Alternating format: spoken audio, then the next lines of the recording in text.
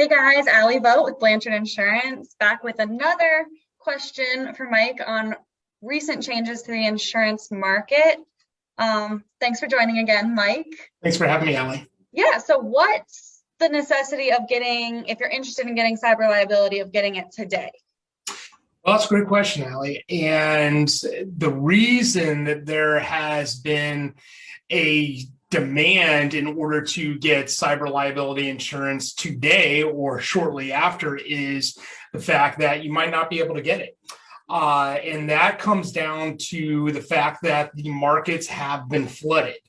And claims are up to about $5 billion now alone this year, and that is a lot of money. To give you an example, some insurance companies, their size is not even $5 billion. But when you have $5 billion in claims globally, that is a huge, substantial number. I'm going to give you a size of comparison. I believe Superstorm Sandy was about $25 billion in damage. And just alone this year, we've had $5 billion in cyber liability insurance claims. That's a huge number.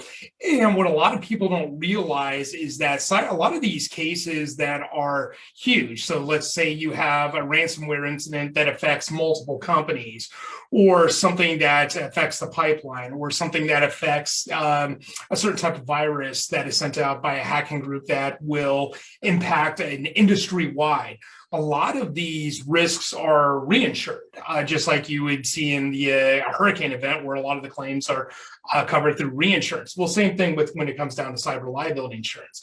And it's estimated about 50% of all cyber liability insurance is reinsured. So a lot of these reinsurance companies are looking at it going like, hey, we do not have that much more money to pay out over $5 billion in claims. So they're going to start restricting capacity and say, okay, we've had enough. We're going to shut down for a while until we can raise rates to kind of offset those losses. And I saw an article this morning that was saying cyber liability insurance has already increased this year by about 32%.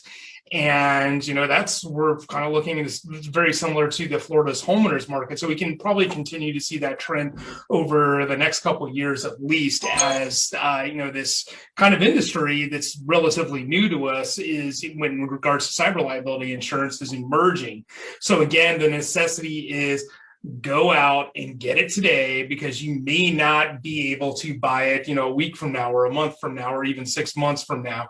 And you don't want to open yourself up to not being able to get insurance. It's kind of like trying to find insurance on a house on fire. Well, there's a lot of computer systems out there that are on fire right now, so you can't really go out and buy insurance for it.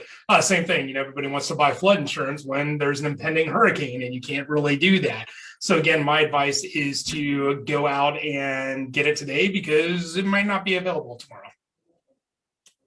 Gotcha. So yeah, if you're a company or you personally are interested in cyber liability insurance, definitely reach out today or as soon as possible. Anything else you want to add, Mike? Another thing that's kind of becoming an emerging market that people might want to consider is going back to the cases, with the BLM movement and George Floyd and all that was going on. There's being a lot of changes that are coming down from the insurance industry in regards to civil and riot commotion, whether it's legal or illegal, whether it's considered politically influenced or politically motivated.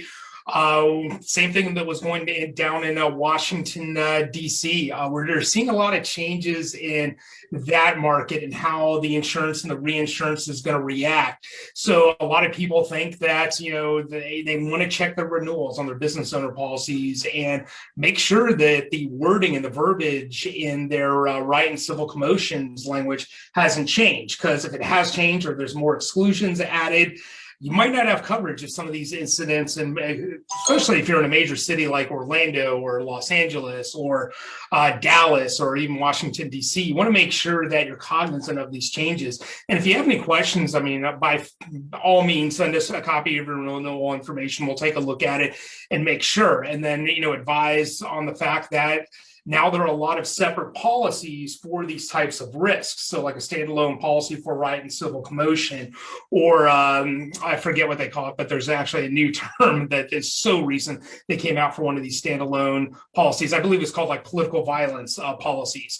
So those are actually something to look for in the claims to tell you in regards to what the amounts in comparison was. I believe before the Rodney King, the LA riots and the Watts riots from the Rodney King verdict, I believe every riot and civil commotion catastrophic event before then, if you added it up, it didn't even amount to the amount for that one incident. And now they're taking a look at all the riots from the George Floyd incident. They're looking at that actually being such a staggering amount long term that a lot of the insurance companies and reinsurance companies can't really adjust their rates overnight to substantiate that. So you're going to see a lot of exclusions. You're going to see a lot of change to the policy language. And like I said, it's probably going to be like cyber liability. It once was attached to your business owner's policy, but now it's kind of like you got to buy a separate policy for it. So again, that's something else to be cognizant of,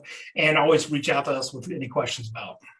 Yeah, absolutely. And if you have any more questions or like a little more information on either policy that we've talked about today, our information is on the screen, or we can be reached at 407-788-8640, or visit us at blanchardinsurance.com. Thanks again, Mike. Thanks, Allie.